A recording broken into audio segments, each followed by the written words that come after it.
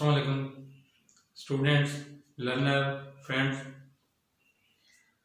हमने अपने channel Jafar's biology पे एफएससी का लेक्चर्स का सिलसिला शुरू किया था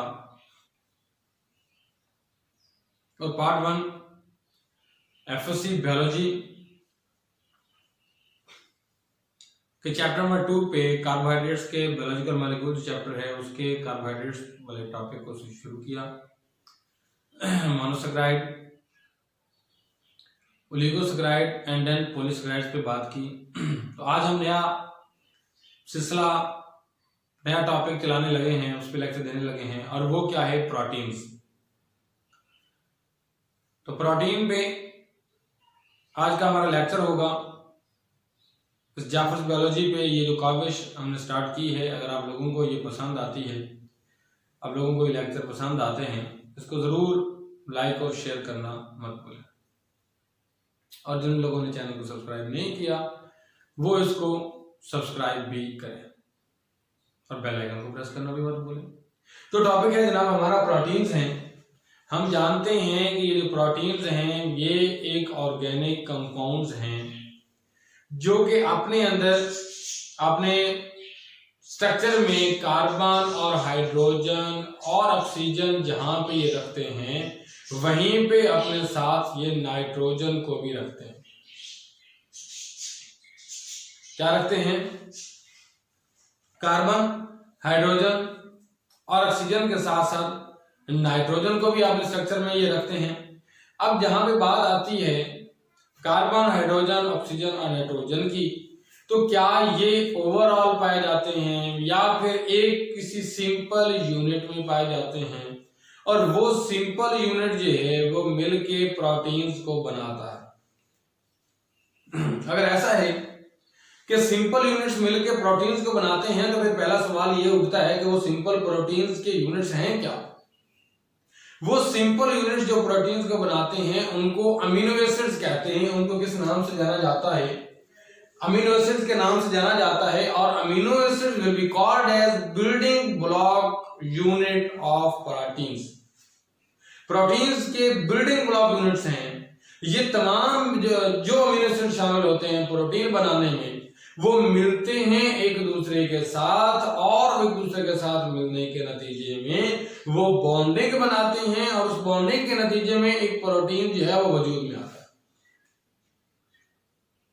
मैंने क्या कहा है कि अमीनो एसिड जो है वो आपस में मिलते हैं और बिल्डिंग ब्लॉक बनाते हैं। वो जो बिल्डिंग ब्लॉक यूनिट है अमीनो एसिड आपस में मिलते हैं और प्रोटीन्स को बनाते हैं, प्रोटीन वजूद में आते हैं। और पहली बात ये कि अमीनो एसिड क्या है। फिर हम दूसरी बात करते हैं कि कितने अमीनो एसिड जो है वो इन्वॉल्व हैं और कितने अमीनो एसिड पाए जाते हैं। लगभग जो है वो 170 के राउंड अबाउट अमीनो एसिड जो है वो पाए जाते हैं। कितने? 170 के राउंड अबाउट अमीनो एसिड्स पाए जाते हैं। उन 170 के राउंड अबाउट अमीनो एसिड जो सेल्स और टिश्यूज में पाए जाते हैं उनमें से 25 अमीनो एसिड ऐसे हैं जो प्रोटीन्स बनाने में इन्वॉल्व हैं और 25 अमीनो एसिड जो हैं, मैंने पहले क्या कहा है कि सेल्स में या टिश्यूज में राउंड अबाउट 170 कितने 170 अमीनो एसिड जो हैं वो पाए जाते हैं और उनमें से 25 अमीनो एसिड ऐसे हैं जो कि प्रोटीन बनाने में इन्वॉल्व हैं और 25 अमीनो एसिड में से भी अगर हम बात करें मैक्सिमम जो है वो लार्जेस्ट पोर्शन जो है प्रोटीन्स का बनाने वाले अमीनो एसिड जो हैं वो ओनली 20। वो कितने हैं? 20 अमीनो एसिड जो हैं वो इन्वॉल्व हैं किस में? प्रोटीन्स को बनाने में। मेजर जो है पोर्शन है प्रोटीन जो ज्यादातर मैक्सिमम कॉमनली जो प्रोटीन पाए जाते हैं उनको जो है वो ये 20 अमीनो एसिड जो है वो इन्वॉल्व। अब अमीनो एसिड क्या है? हमें अमीनो एसिड का पता चलेगा, देन हम बात करेंगे कि प्रोटीन कैसे बनता है, देन हम बात करेंगे कि अमीनो एसिड जुड़ते कैसे हैं, प्रोटीन कैसे बनाते हैं। तो पहले अमीनो एसिड की बात करते हैं। तो अमीनो एसिड एक ऐसा इसका स्ट्रक्चर है जिसे जो है वो न्यूक्लियोटाइड जो है वो 3 न्यूक्लियोटाइड मिलकर कोड करती है। 3 न्यूक्लियोटाइड मिलकर कोड करती हैं। अब न्यूक्लियोटाइड आप जानते हैं क्या है? न्यूक्लियोटाइड पेंटोज शुगर, 5 कार्बन वाली शुगर, राइबोज शुगर, डीऑक्सीराइबोज, उसके साथ नाइट्रोजनी bases adenine, guanine, cytosine, thymine कोई एक अटैच होती है, या फिर उसके साथ फास्फेट ग्रुप अटैच होता है। ये तीनों मिले तो एक न्यूक्लियोटाइड बनता है। एक न्यूक्लियोटाइड पे एक नाइट्रोजनी बेस होती है। 3 न्यूक्लियोटाइड मीन 3 नाइट्रोजनी बेसिस का जो कोडान है, जो कोड है, वो इन्वॉल्व है प्रोटीन एक अमीनो एसिड को कोड करने में। मिसाल के तौर पे हम ये कहते हैं कि फर्ज किया हम बात करते हैं कि ये जनाब AUG, ये एडेनिन, यूरासिल, गुआनिन, ये 3 नाइट्रोजनी बेसिस का जो कोड है वो मिलके अमीनो एसिड को कोड कर रहा है। और कौन सा अमीनो एसिड? मिथियोनिन को। किसको कोड कर रहा है जी? मिथियोनिन को कोड कर रहा है। ये एडेनिन, यूरासिल, गुआनिन 3 नाइट्रोजनी बेसिस, 3 नाइट्रोजनी बेसिस का मतलब 3 न्यूक्लियोटाइड जो हैं वो मिलती हैं और एक अमीनो एसिड को कोड करती हैं। अब एक अमीनो एसिड क्या है? एक अमीनो एसिड एक ऐसा स्ट्रक्चर है जिसका जनरल फॉर्मूला यहां पर लिखने जा रहा हूं, जिसके पास एक अल्फा कार्बन है, क्योंकि हम जानते हैं कार्बन टेट्रावेलेंट होता है, 4 बॉन्ड्स बना सकता है, 4 इसकी वैलेंसी है, बॉन्ड बनाने की तादाद है। तो देखिए एक बॉन्ड इसने कार्बोक्सिलिक एसिड के साथ बनाया, एक बॉन्ड इसने कार्बोक्सिलिक एसिड के साथ बनाया, दूसरा बॉन्ड इसने अल्काइल ग्रुप के साथ बनाया, तीसरा बॉन्ड जो है वो इसने हाइड्रोजन के साथ बनाया, चौथा बॉन्ड इसने अमाइनो ग्रुप के साथ बनाया, ये NH2 जो है अमाइनो ग्रुप है इसके साथ बनाया। तो 3 एक हाइड्रोजन कॉमन है, बाकी बच गए 3 चीजें, एक अमाइनो ग्रुप, एक कार्बोक्सिलिक एसिड ग्रुप, एक अल्काइल ग्रुप। इन 3 चीजों की मौजूदगी में एक अमीनो एसिड बनता है। अमाइनो वर्ड अमाइनो ग्रुप से लिया गया है, एसिड वर्ड जो कार्बोक्सिलिक एसिड फंक्शनल ग्रुप के तौर पे अटैच है उससे लिया गया है। यही वजह है कि वो अल्फा कार्बन जो अपनी एक सिरे पे अमाइनो ग्रुप रखती हो, दूसरे सिरे पे कार्बोक्सिलिक एसिड फंक्शनल ग्रुप रखती हो, वो एक अमाइनो एसिड कहलाता है। और वो सिरा जिसपे वो टर्मिनल जिसपे अमाइनो ग्रुप अटैच होता है उसे अमाइनो टर्मिनल या फिर N टर्मिनल के नाम से जानते हैं, क्योंकि ये नाइट्रोजन जो है वो मजीद अटैच है अमाइनो ग्रुप में मजीद अटैच है हाइड्रोजन के साथ। और वो ग्रुप जो कि कार्बोक्सिलिक एसिड वाला टर्मिनल है उसे C ग्रुप कहा जाता है, क्योंकि ये कार्बोक्सिलिक एसिड की जो C है वो मजीद ऑक्सीजन के साथ डबल बॉन्ड और हाइड्रोक्साइड के साथ एक बॉन्ड बनाए होती है, 3 बॉन्ड यहाँ पे बनाए होते हैं। तो ये C टर्मिनल कहलाता है, मतलब कार्बोक्सिलिक एसिड वाला टर्मिनल C टर्मिनल कहलाता है, अमीनो ग्रुप वाला टर्मिनल जो है वो N टर्मिनल या अमाइनो ग्रुप टर्मिनल कहलाता है। ये दोनों चीजें, ये दोनों functional group will be same, remain same. Any type of amino acid, जो भी अमीनो एसिड उठाओ, तमाम अमीनो एसिड में से जो भी अमीनो एसिड उठाओ, उस अमीनो एसिड में carboxylic acid will not B change, amino group will not B change. ना चेंज होगा अमाइनो ग्रुप, ना चेंज होगा कार्बोक्सिलिक एसिड, सब में सेम रहेगा। ना चेंज होगी ये हाइड्रोजन, तो फिर अमीनो एसिड जो बनते हैं 170 के लगभग अमीनो एसिड मौजूद हैं। ये 170 के लगभग अमीनो एसिड हैं, क्या ये 170 के लगभग अमीनो एसिड जो हैं ये तमाम फिर किसकी वजह से चेंज हुए? ये चेंज हुए इस वेरिएबल ग्रुप की वजह से, इस अल्काइल ग्रुप की वजह से। अगर ये अल्काइल ग्रुप एक सिंपल हाइड्रोजन होगी तो भी एक नया अमीनो एसिड बनेगा, इसकी जगह पे कोई मिथाइल ग्रुप लगेगा तो एक नया अमीनो एसिड बनेगा, इथाइल लगेगा एक और अमीनो एसिड बनेगा, प्रोपाइल लगेगा एक और अमीनो एसिड बनेगा। आपको पता है मिथाइल मीथेन से निकला, एक कार्बन वाली अल्केन, इथाइल मीथेन से निकला है जो 2 कार्बन वाली है, प्रोपाइल 3 कार्बन वाली प्रोपेन से निकला है प्रोपाइल, सो ऑन। तो ये अमीनो एसिड जो हैं ये चेंज होते हैं, ये इनके जनरल फार्मूले में ना तो कार्बोक्सिलिक एसिड चेंज होता है, ना अमाइनो ग्रुप चेंज होता है, ना ही हाइड्रोजन चेंज होती है, अमीनो एसिड चेंज होते हैं, उनकी शनाख्त बनती है नई इस अल्काइल ग्रुप की मौजूदगी की वजह से। अल्काइल ग्रुप में जो भी आएगा, R जो ग्रुप है ये जिसको R से मेंशन किया गया, ये एक वेरिएबल ग्रुप है जो चेंज होता जाएगा, नया अमीनो एसिड बनता जाएगा। क्या बनता जाएगा? नया अमीनो एसिड बनता जाएगा। जैसे मैंने यहां पे एक मिसाल दी है कि ये देखें, इस प्लस के निशान से पहले तक ये कार्बोक्सिलिक एसिड है, ये अमीनो ग्रुप है, ये हाइड्रोजन है, चेंज नहीं हुई। यहाँ पे सिर्फ हाइड्रोजन लगाया ऊपर अल्काइल ग्रुप की जगह, जिसे मैंने ये रेड बॉक्स से जो है मेंशन किए हैं, तो वो ग्लाइसिन है। और अगर यहीं पे ये देखिए कार्बोक्सिलिक एसिड भी सेम, अमीनो ग्रुप भी सेम, हाइड्रोजन भी सेम, सिर्फ रेड बॉक्स में H की जगह पे मिथाइल ग्रुप लगा दिया तो वो एलानीन बन गई। यहां पे हाइड्रोजन लगा तो ग्लाइसिन अमीनो एसिड है, यहां पे लगा मिथाइल ग्रुप तो वो एलानीन है। तो ये इसका जनरल फार्मूला है कि ना तो कार्बोक्सिलिक एसिड चेंज होगा, ना अमीनो ग्रुप चेंज होगा, चेंज होगा तो क्या, सिर्फ अल्काइल ग्रुप। और अल्काइल ग्रुप की जगह पे जो भी एटम, जो भी ग्रुप ऑफ एटम लगेगा वो उसको एक नया अमीनो एसिड का नाम दे देगा। अब ये तो अमीनो एसिड्स हैं। अब होता क्या है, ये अमीनो एसिड्स आपस में जुड़ते हैं। किस तरह जुड़ते हैं कि एक अमीनो एसिड का कार्बोक्सिलिक ग्रुप जो कि हाइड्रोक्साइड रखता है, दूसरे अमीनो एसिड का एन टर्मिनल अमीनो टर्मिनल पे कौन जो है वो नाइट्रोजन के साथ मौजूद हाइड्रोजन जो है ये मिलके आपस में वाटर बना के रिलीज हो जाती है। और जो नया बॉन्ड बनता है वो एक अमीनो एसिड की नाइट्रोजन एन टर्मिनल पे मौजूद नाइट्रोजन और दूसरे अमीनो एसिड की सी टर्मिनल पे मौजूद कार्बन के दरमियान जो है वो बॉन्ड बनता है। तो उसे पेप्टाइड बॉन्ड के नाम से जानते हैं। उसे किस बॉन्ड से नाम के नाम जानते हैं, पेप्टाइड बॉन्ड। जरा यहाँ पे देखते हैं, हमने ये डाइपेप्टाइड बनाई है जो कि दो अमीनो एसिड के मिलने से बनी है। जो दो अमीनो एसिड के मिलने से बनी है वो एक डाइपेप्टाइड है। तीन अमीनो एसिड मिलते तो ट्राइपेप्टाइड बनते। डाइपेप्टाइड में से एक वाटर का मॉलिक्यूल रिलीज होता है, ट्राइपेप्टाइड में से दो वाटर के मॉलिक्यूल रिलीज होते हैं, टेट्रापेप्टाइड होगी तो तीन वाटर के मॉलिक्यूल रिलीज होंगे। जरा देखते हैं आइए कैसे होता है। ये है जी ग्लाइसिन, ये मैंने इसका ग्लाइसिन का स्ट्रक्चर बनाया है।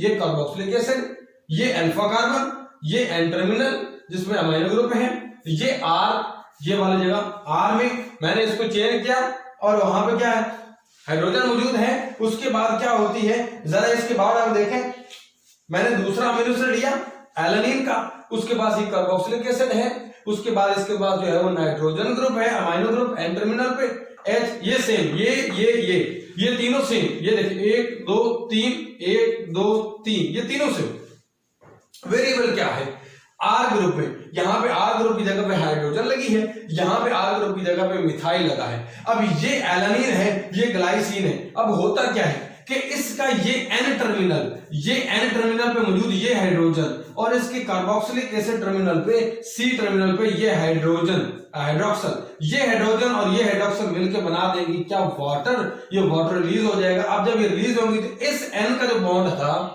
जो हाइड्रोजन ने खाली किया था, और इस दूसरे अमीनो एसिड की कार्बन का जो सी बॉन्ड है जो हाइड्रोक्सल के साथ जुड़ा हुआ था वो खाली हुआ था, वो आपस में मिलकर ये बॉन्ड बना देंगी।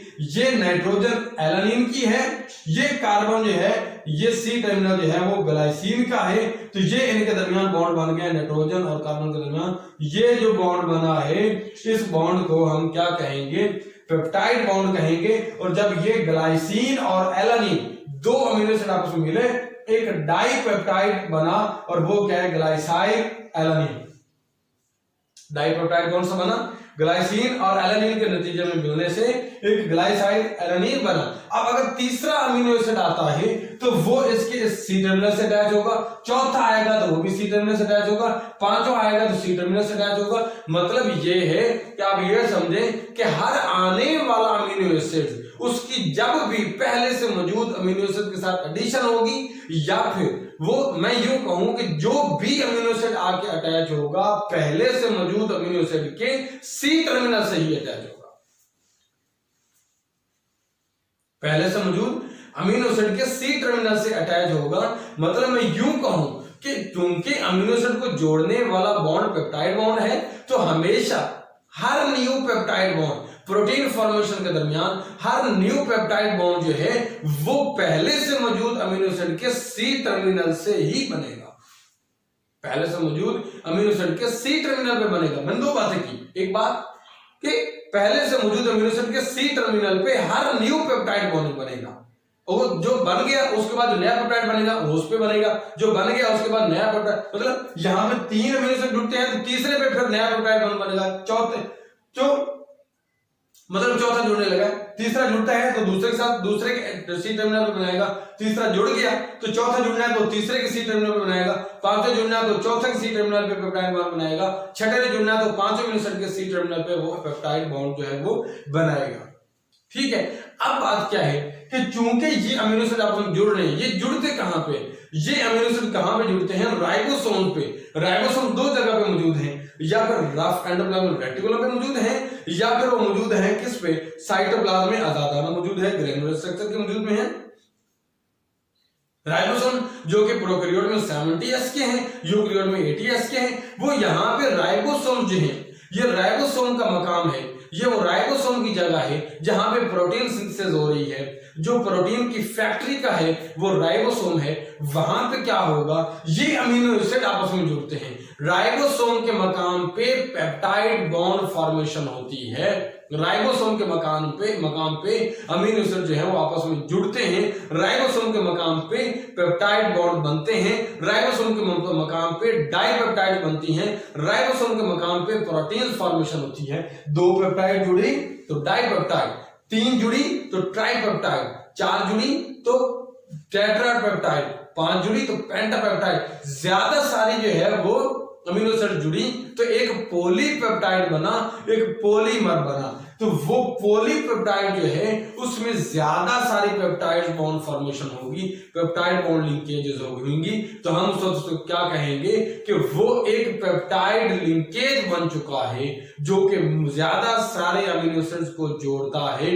हर अमीनो एसिड पहले से मौजूद अमीनो एसिड के सी टर्मिनल पे जुड़ेगा, वाटर की रिमूवल होगी और पेप्टाइड बॉन्ड की फॉर्मेशन होगी। अब यहां पर राइबोसोम पे जो प्रोटीन बन रहे हैं, जो राइबोसोम पे अमीनो एसिड जुड़ रहे हैं, पेप्टाइड बॉन्ड फॉर्मेशन हो रही है, पॉलीपेप्टाइड बन रहा है, इस प्रोसेस को ट्रांसलेशन कहते हैं। इस प्रोसेस को हम क्या कहते हैं, ट्रांसलेशन कहते हैं, क्योंकि यहां पे इन अमीनो एसिड को जोड़ने का पैगाम कौन लेके आएगा, मैसेंजर आरएनए, एमआरएनए। कौन लेके आएगा, मैसेंजर आरएनए पैगाम लेके आएगा। कहां से, डीएनए से। वो डीएनए जो न्यूक्लियस में पड़ा हुआ है उससे पैगाम मैसेंजर आरएनए लेके आएगा, डीएनए एमआरएनए में बदलेगा। जब डीएनए एमआरएनए में बदला तो वो ट्रांसक्रिप्शन थी, जब वो ट्रांसक्रिप्शन हुई तो मैसेंजर आरएनए ट्रांसक्रिप्ट बन के डीएनए का पैगाम लेके, उसका मैसेंजर बन के, उसका डाकिया बन के, उसका पैगाम रसा बन के वो आता है किसके पास, राइबोसोम के पास। और इस लाए हुए पैगाम की बदौलत जो राइबोसोम है, ये जो मैसेंजर आरएनए पैगाम लेके आता है उस पे मनोवन अमल करता है, बिल्कुल वैसा अमल करता है और प्रोटीन फॉर्मेशन होती है, पेप्टाइड बॉन्ड फॉर्मेशन होती है। तो ये कितनी अहमियत की हामिल है अमीनो एसिड की सीक्वेंस, इनकी तरतीब। ये तो इस बात से अंदाजा लगता है कि देखो कि राइबोसोम का काम नहीं है प्रॉब्लम क्रिएट करना, अगर वो जो पैगाम मैसेंजर आरएनए लेके आना है राइबोसोम ने तो उस पर मनो अमल करना है, उसने तो वैसे के वैसे अमीनो एसिड को जोड़ते जाना है। वो जो पैगाम में कहेगा कि भाई अब इस अमीनो एसिड को जोड़ो तो वो उसको जोड़ देगा, वो कहेगा इसको जोड़ो वो उसको जोड़ देगा, वो कहेगा इसको जोड़ो उसको जोड़ देगा, वो कहता छठे नंबर पे इस अमीनो एसिड को जोड़ो वो उसको जोड़ देगा। तो राइबोसोम ने तो लाए हुए पैगाम के मुताबिक अमल दरामद करना है। तो प्रॉब्लम कहां पे आएगा, जब डीएनए मैसेंजर आरएनए में बदल रहा था, अगर एक भी नाइट्रोजनी बेस इधर से उधर हो गई, मतलब ये जो AUG है, फर्ज किया ये AUG की बजाय AGU हो जाए तो ये AGU, अब एक सीक्वेंस चेंज हुई है। एक सीक्वेंस चेंज मतलब एक नाइट्रोजन बेस इधर से उधर हुई, वही जो यूरासिल दरमियान में आनी थी वहां पे गुआनिन दरमियान में आ गई, यूरासिल बाद में आ गई। तो हुआ क्या, एडेनिन के बाद यूरासिल ने आना था इस कोड में, फिर गुआनिन ने आना था, लेकिन हुआ क्या, एडेनिन के बाद गुआनिन आई, गुआनिन के बाद यूरासिल आई। तो ये अब कोड जो है will not be able to code methionine, ये कोड मिथ्योनिन के अमीनो एसिड को कोड नहीं कर पाएगा। जब ये नहीं कर पाएगा, एक अमीनो एसिड चेंज हो जाएगा। जब एक अमीनो एसिड चेंज होगा तो ऐसी तब्दीली को, ऐसी एबनॉर्मेलिटी को म्यूटेशन कहते हैं, पॉइंट म्यूटेशन कहते हैं। इसकी अहमियत का अंदाजा ये, यहां से हम एक एग्जांपल से लगाते हैं, क्यों कि आरबीसीज पड़े हुए हैं ब्लड जिस्म के अंदर, वो आरबीसीज नॉर्मली डिस्क शेप के होते हैं, उसके पास हीमोग्लोबिन होती है। हीमोग्लोबिन का काम 2 अल्फा चेन 2 बीटा चेन रखती है, उसका काम जो है ऑक्सीजन की ट्रांसपोर्ट करना है। लेकिन हुआ क्या कि उसकी बीटा चेन 4 चेन रखती है ना haemoglobin, 2 alpha 2 beta. Beta chain में जो छठे नंबर पे मौजूद अमीनो एसिड है उसमें तब्दीली आ जाएगी, वो वहां पे नहीं होगा, उसकी जगह पे कोई और अमीनो एसिड आ जाएगा। क्यों? क्योंकि वहां पे उसको जो कोड कर रहा था, नाइट्रोजनी बेस जो कोड कर रही थी, जो कोड जेनेटिक कोड उसको कोड कर रहा था, वो नाइट्रोजनी बेस ने अपनी पोजीशन तब्दील की, पॉइंट म्यूटेशन हुई। नतीजा क्या हुआ? जहां पे अमीनो एसिड नंबर 6 जो पोजीशन नंबर 6 थी उस पे ग्लूटामिक एसिड आना था और उसकी जगह पे विलाइन अटैच हो गया, सिर्फ एक नाइट्रोजनी बेस की चेंज होने की वजह से। आरबीसीज में हीमोग्लोबिन में जहां पे बीटा चेन में जहां पे कार्बन नंबर 6 पे ग्लूटामिक एसिड आना था वहीं पे वेलाइन आ जाएगा। एक नाइट्रोजनी बेस चेंज हुई, जिस एक नाइट्रोजनी बेस की पॉइंट म्यूटेशन हुई, म्यूटेंट बन गया हीमोग्लोबिन, हीमोग्लोबिन तब्दील हो गया, ग्लूटामिक एसिड की जगह पे वेलाइन बन गया। और इसके नतीजा हुआ क्या? उसका रिजल्ट ये निकला कि वो आरबीसी जो डिस्क शेप में नॉर्मल जो है वो प्रोडक्शन कर रहे थे अपनी, वो अपने पैदा हो रहे थे और ब्लड फ्लो में हेल्प कर उसमें इजीली फ्लो कर रहे थे, वही आरबीसी क्या हो जाएंगे? वो सिकल शेप हो जाएंगे, डिस्क शेप नहीं रहेंगे, सिकल शेप हो जाएंगे, वो स्टिकी एंड स्टिफ हो जाएंगे, चिपकने वाले हो जाएंगे और ये क्या कर देंगे? ब्लड फ्लो को ब्लॉक कर देंगे, ब्लड फ्लो को ब्लॉक कर देंगे। आप अंदाजा लगाएं कि सिर्फ एक जो है वो नाइट्रोजनी बेस ने म्यूटेट किया है, एक नाइट्रोजनी बेस ने अपनी जगह तब्दील की है, उसके नतीजे में एक अमीनो एसिड की जगह पे दूसरा अमीनो एसिड आ गया। हीमोग्लोबिन में 574 अमीनो एसिड होते हैं। कितने? 574 अमीनो एसिड होते हैं भाई। 574 में से सिर्फ एक अमीनो एसिड अपनी जगह जो है उसी और खत्म भी नहीं हुआ। ये भी नहीं कि 573 हो गए, ये भी नहीं कि 575 हो गए, ना बढ़ा ना कम हुआ, सिर्फ एक अमीनो एसिड नहीं रहा, उसकी जगह पे दूसरा अटैच हो गया। तादाद वेरी नहीं की, सिर्फ एक अमीनो एसिड ने अपनी जगह तब्दील की। अमीनो एसिड नंबर 6 पे ग्लूटामिक एसिड की जगह पे विलाइन आ गया। फिर कह रहा हूं ग्लूटामिक एसिड की जगह पे विलाइन आ गया, बीटा चेन में ये तब्दीली आई अमीनो एसिड नंबर 6 पे। नतीजतन वो आरबीसी जो डिस्क शेप था वो सिकल सेल हो गया। नतीजतन ब्लड फ्लो जो है वो रुक जाएगा, लिम्स को रुक जाएगा या मुतल्लिका आर्गन को रुक जाएगा और डैमेज हो जाएगा वो स्ट्रक्चर, वो हिस्सा बॉडी का वो पार्ट डैमेज हो जाएगा और ऐसी बीमारी को सिकल सेल एनीमिया के नाम से जानते हैं। ये बताती है, एक तरफ तो ये एबनॉर्मलिटी है लेकिन दूसरी तरफ ये बता रही है कि how much the sequence of amino acid will be important, how much the sequence of amino acid is important in the formation of the body, in the formation of protein, in the formation of structure.